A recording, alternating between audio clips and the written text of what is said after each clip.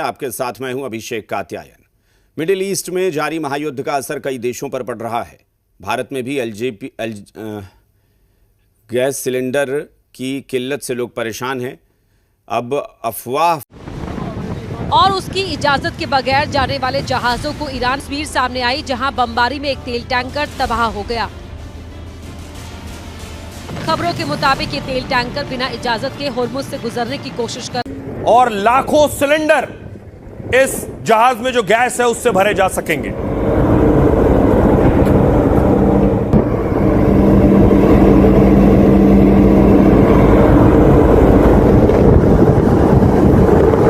जंग के बीच जहां गोले दग रहे हैं, मिसाइल और ड्रोन दागे जा रहे हैं, वहां भारत का जहाज आया है।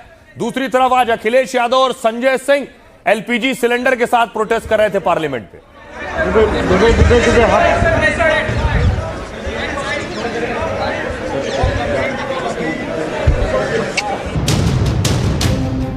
जो काम ट्रंप न कर पाए वो मोदी ने कर दिखाया। बम बारूद के बीच ईरान के समंदर से जहां एक तेल टैंकर निकलना मुश्किल था, वहां मोदी की रणनीति ने ऐसा कमाल दिखाया कि भारतीय जहाज भी आ रहे हैं और तेल गैस का भारी भंडार भी ला रहे हैं। जो विपक्ष गैस संकट को लेकर तरह तरह के दावे कर रहा है और सड़क से लेकर संसद तक विरोध और हंगामा कर रहा है, उसे ये मोदी और उनके प्लान का जवाब है। हॉर्मुज से निकलकर आज एक जहाज शिवालिक आया है, 32 लाख सिलेंडर के बराबर गैस लाया है। कल 2 और जहाज आने वाले हैं, यानी जंग के बीच भारत ने आफत को राहत में बदल दिया है। अगर सरकार को यह पता था कि एलपीजी इंपोर्ट्स संकट में पड़ेगा तो अल्टरनेटिव अरेंजमेंट क्यों नहीं किए गए? इन्होंने होर्डिंग की है और ये जनता को उकसाने का काम कर रहे हैं। ऐसी परिस्थिति में भी ये राजनीति से बाज नहीं आते हैं। अब देखिए जरा, शिवालिक आ गया है पोर्ट पर और गैस लाया है। जब भारत में गैस सिलेंडर की सबसे ज्यादा चर्चा हो रही है, तब जंग के बीच हिंदुस्तान का एक जहाज निकल कर आया है।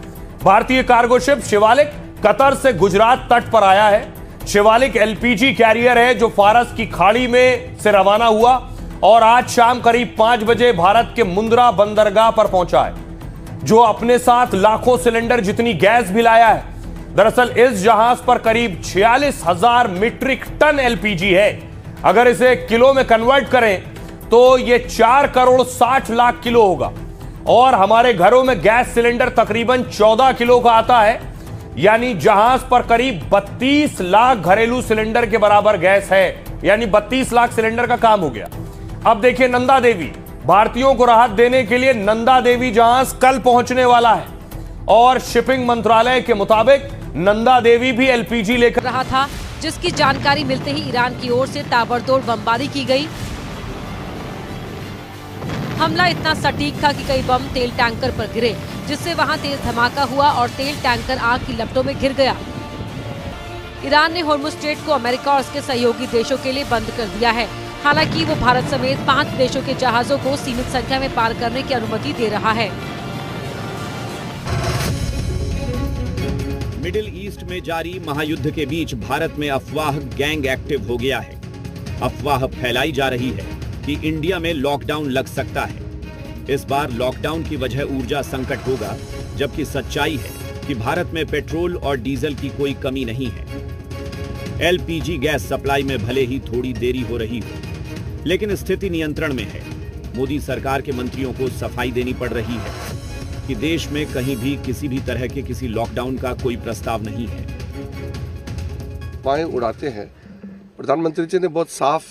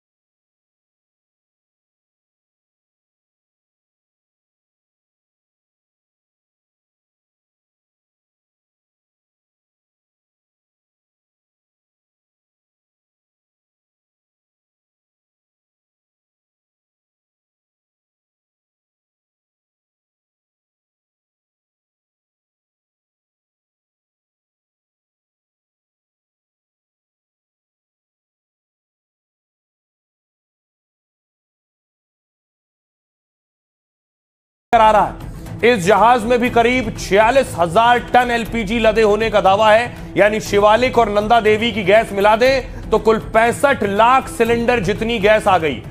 भारत में रोजाना करीब 50 लाख घरेलू गैस सिलेंडर की खपत भी होती है। अब जगलाट की गैस ही नहीं, कच्चा तेल लेकर भी भारत का जहाज जगलाट की आ रहा है। करीब 81,000 टन कच्चा तेल लेकर भारत की ओर आ रहा है। इस जहाज के भी कल गुजरात के मुंद्रा पहुंचने की उम्मीद है और जंग के बीच हॉर्मुज से भारत के जहाज को का आना बहुत बड़ी कूटनीतिक जीत भी है।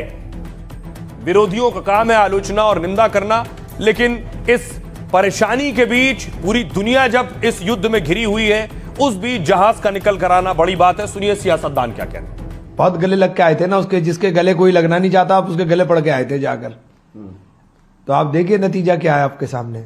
आपकी ना समझी का आपने समझ लिया था कि जो ट्रंप साहब ने और नेतन्याहू ने कह दिया कि 3 दिन में ईरान को उड़ा देंगे और सब खत्म करेंगे और कब्जा हो जाएगा, फिर हम सब राज करेंगे। आजकल जो विपक्ष है ना, वो खाली फेक न्यूज की फैक्ट्री फैलाने में लगा है। मीडिया हो, हमारे देश के लोग हैं, आप सभी